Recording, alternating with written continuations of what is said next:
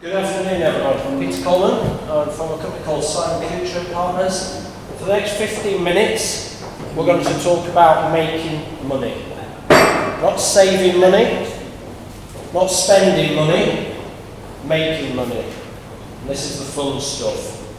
So, our company specialises in what we call top-line growth. Basically, what we're talking about here is the revenue side of the profit equation. How do we grow the revenues to improve profits? We do that on a global basis. In terms of a core competence, the one thing we do more than any other company in the world is pricing projects, helping do value-based pricing. And I'll show you why that's so important. And the final point is, if we're going to talk about growth, you'd expect to see that from the company that's talking about it. Hopefully this chart here shows that we kind of eat our own lunch. This is an important topic for us as shareholders in the business. We've got about 120 shareholders with 1,300 staff. So, lots and lots of buzzwords about Industry 4.0. I'm not going to talk about the buzzwords, but I'm going to talk about this. Gartner's view, and we kind of like it. It's about changing the business model to provide new revenue and value-producing opportunities. And that's what I want to explore with you today. So, one of the things we do with our clients is we ask them around the topic of digital. What was the focus of your digital initiatives? Firstly, have you actually invested in digital as an actual initiative? And actually, we had a survey of about 2,000 people. Within that, 81% said yes, we've invested in digital over the past few years. Okay? So the next thing we said is, what was the aim of that? Were you looking to save costs? Were you looking to drive the top line, in other words, revenue? Or was it a balance, a little bit of both? And what you see here is 75% said it was either to drive the top line or at least a blend including top line. So that looks pretty good, but here comes the rub. We then asked them, have you seen any upside from that? Have you seen visible impact? Have you seen this in your numbers? And only 23% said they had.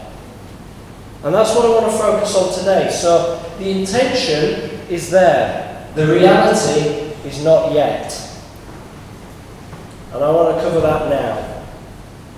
So, let's start from some basics. Example profit and loss statement of a fairly standard manufacturer. We've got price and volume over here, cost, and operating profit. We can wave a magic wand and we can reduce cost. Whether it's variable or whether it's fixed, we improve our operating profit by 13 or 15%.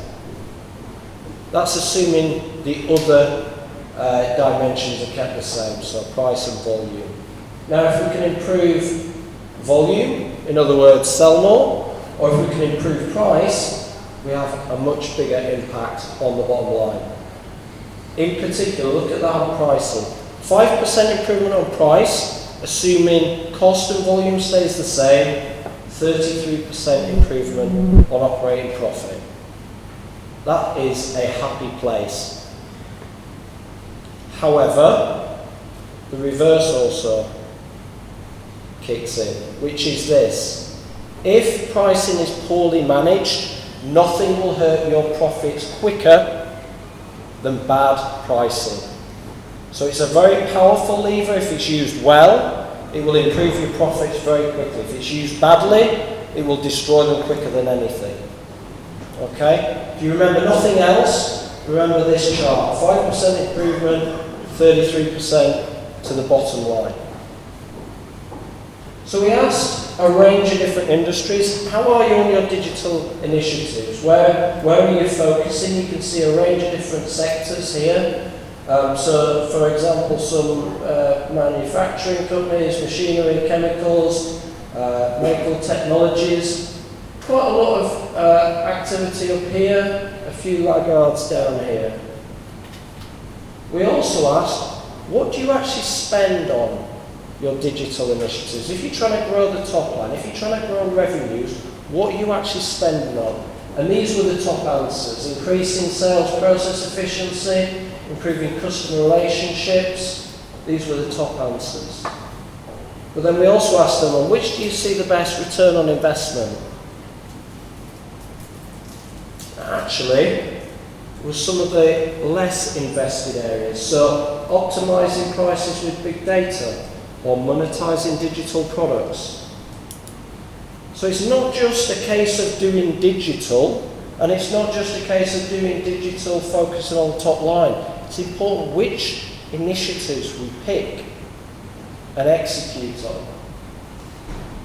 Now, if we take all of those companies in the survey and we look at the ones who invested in top line initiatives, we take out the ones who started a price war, because we tend not to like that from a profit perspective, and we take the ones who saw top line growth.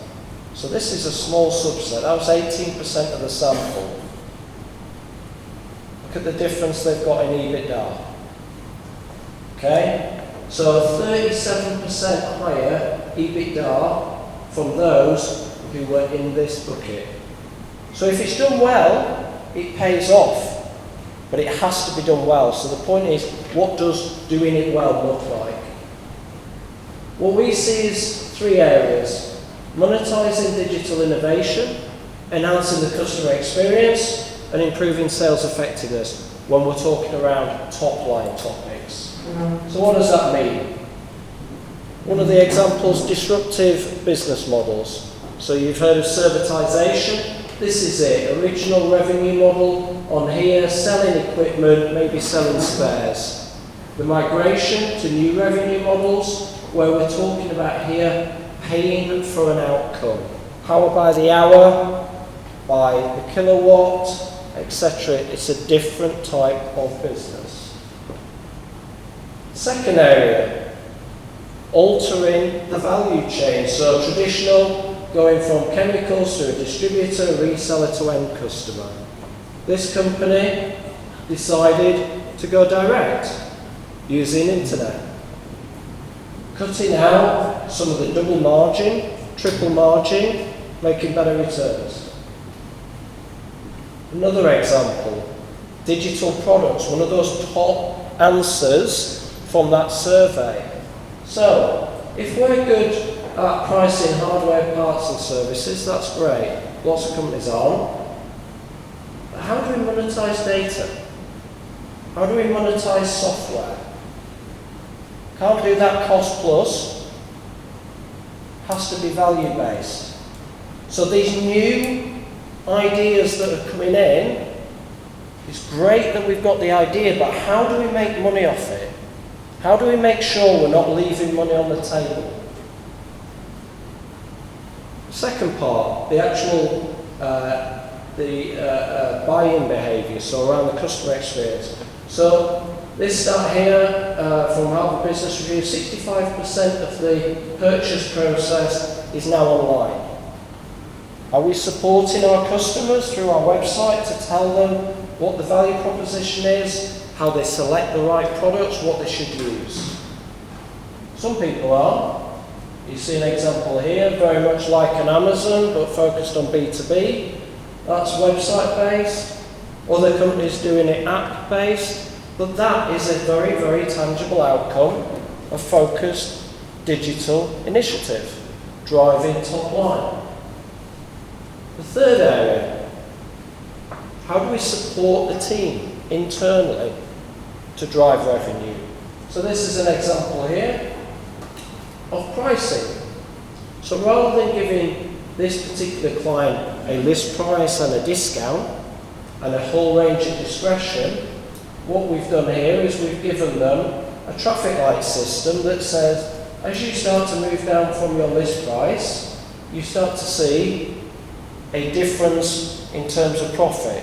So where do we start to put warning lights on? Even better still, how can we then start to think about how we incentivise that behaviour? If I give less discount and I drive more profit, shouldn't that be rewarded? Can we help the salesperson at the point of sale to actually come out with better pricing outcomes? So how do we actually support the team? Finally, what about the people? If we're expecting our salespeople to be going out and selling these products, selling these services, have we trained them? Back to the study here. The front runners are tending to invest more in training the sales team, making them comfortable, rather than just throwing this thing over the wall and hoping they're going to pick up and run with it. They're actually investing time with them. They're working and developing new experts. They're adapting the sales channel. But there's 17% of this survey base who are doing absolutely nothing. So if we want to move to this new digital world, are we bringing people with us? Are we equipping them with the skills to actually do this? So, to summarise, in our view, digitalisation is not an IT project. I'll say that again. In our view, digitalisation is not an IT project. This is a business project. The technology is the enabler. We believe every company should have a plan. But that plan can't be about the technology. It has to be about how are you going to make money? How do we monetize this? So, I'll leave you with some final words. 3 types of company: those who make things happen, those who watch things happen, and those who wonder what happened. I can tell you the first one's more interesting. Okay, I hope that was useful. I'm going to be around the rest of the day. Please feel free to come up and talk to me if you've got further questions and you're feeling a bit shy in a big audience.